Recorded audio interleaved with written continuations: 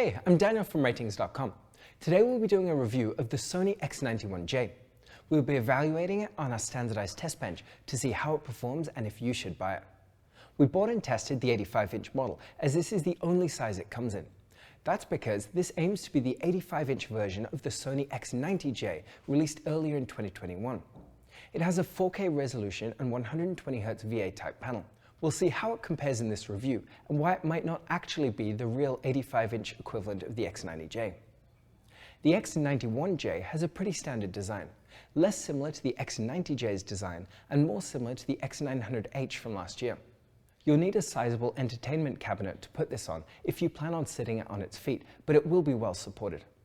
The TV sits high enough off the ground and the feet are wide enough to allow for most soundbars to sit without issue. The inputs are located on the left-hand side, and the 4 HDMI ports allow you to connect a variety of devices. One of the ports also supports eARC, or an enhanced audio return channel, that you can connect to your receiver or soundbar to play sound from the TV through your external speakers. It also has 2 HDMI 2.1 ports, including the eARC port to support higher resolutions and frame rates from new PlayStations or Xbox consoles, as well as modern graphics cards.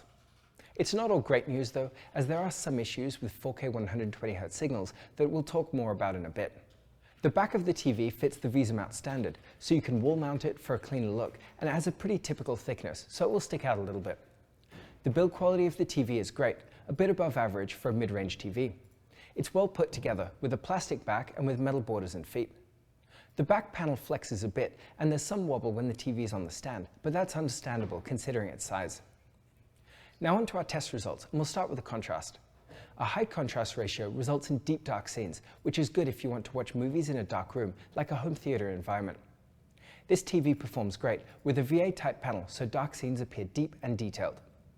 Local dimming is a feature to further improve dark scenes for a better movie watching experience by dimming and brightening areas of the screen to improve the perceived contrast ratio. This is the second area where we see a difference between the X91J and the X90J. The local dimming effect and algorithm is decent, moderately improving the contrast and image quality. It does suffer from blooming and a raised black level and is much more similar to the performance of the X900H rather than the X90J. On the other hand, if you want to use the TV in a bright room, then a high peak brightness is important to overcome glare. Fortunately, the Sony X91J has a good brightness, above average for mid-range TV. In newer high dynamic range or HDR content, it isn't quite as impressive and still leaves a bit to be desired for that impactful experience, but it's decent nonetheless. If you don't care too much about a brighter image in HDR, then that might be fine. Also important for a bright room is good reflection handling. You can see that this TV handles reflections alright, but the intensity isn't significantly reduced, so it isn't the best choice for a room with lots of light, or you end up struggling to see dark scenes. If you've got a wide seating arrangement or like to watch TV with family and friends, then good viewing angles help to ensure that no one's left with washed out colors or crushed details. Unfortunately on this Sony, the image quality drops dramatically when viewed off angle, so the image is really only best viewed from directly in front. An overall uniform screen brightness and color is important when watching sports or playing video games to avoid the appearance of clouding known as the dirty screen effect. This does vary between units, but we expect the X91J that we bought to be about typical. It's good overall, but there is some noticeable clouding in the center and it looks a bit patchy. In really dark scenes, the black uniformity is noticeably better, so there aren't really any distracting bright areas, which is great. A lot of people care that a TV has good colors. In the case of the X91J, the color accuracy is great out of the box, and in HDR content, the TV can display deep saturated greens, reds, and blues. This is great for those who like an image with extra saturation, or for watching high dynamic range content on streaming services. There is something interesting to note here again. The performance is more in line with last year's X900H and is a better result than this year's X90J that took a step down in this regard. Some TVs struggle to display smooth gradients, so when watching a movie with a sunset, some banding can be visible. In the case of this TV though, it isn't an issue with great gradient performance, in line with the X900H. This is likely due to the fact that they share the same X1 image processor, unlike the new X91J, which has the XR processor. When playing video games, a fast response time is important for the clearest image without distracting blur. The X91J has a good and fast response time overall, but some blur or smearing may be noticeable in dark scenes. If you look closely at this moving logo photo taken on the TV, you'll notice some duplication of the image. This is because the TV flickers, but overall it shouldn't be a problem for most people.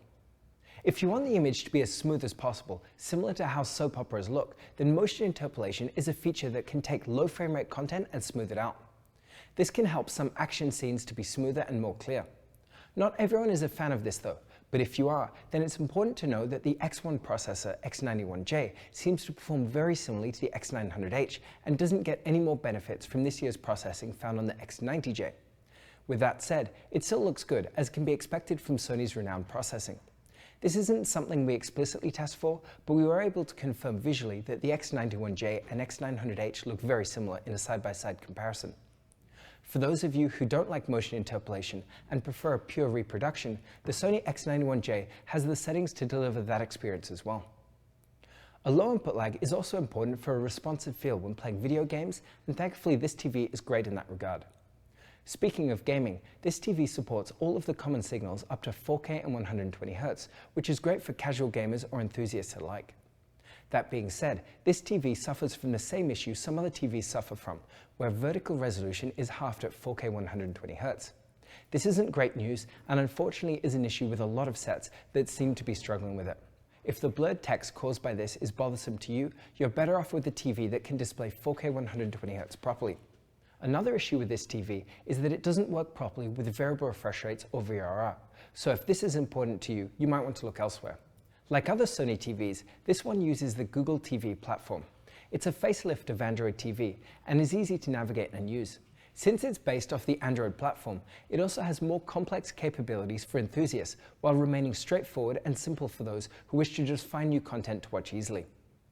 The sound of this TV is decent and about typical of many TVs. Having said that, TVs are getting thinner and thinner.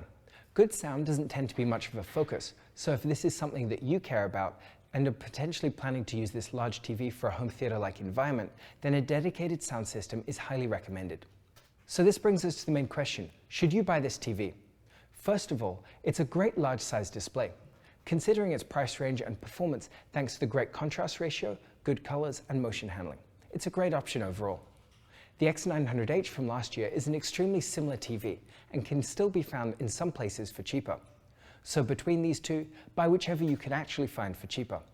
In this category, either are the best pick. They aren't the absolute best for gamers though, so with that said, let's see some other great options. If you want to shell out a few more dollars to maximize your large screen movie watching experience as well as gaming experience, then check out the Samsung QN90A. It only has one HDMI 2.1 port, but will deliver a superb picture, proper high resolution and refresh rate support, and has better viewing angles.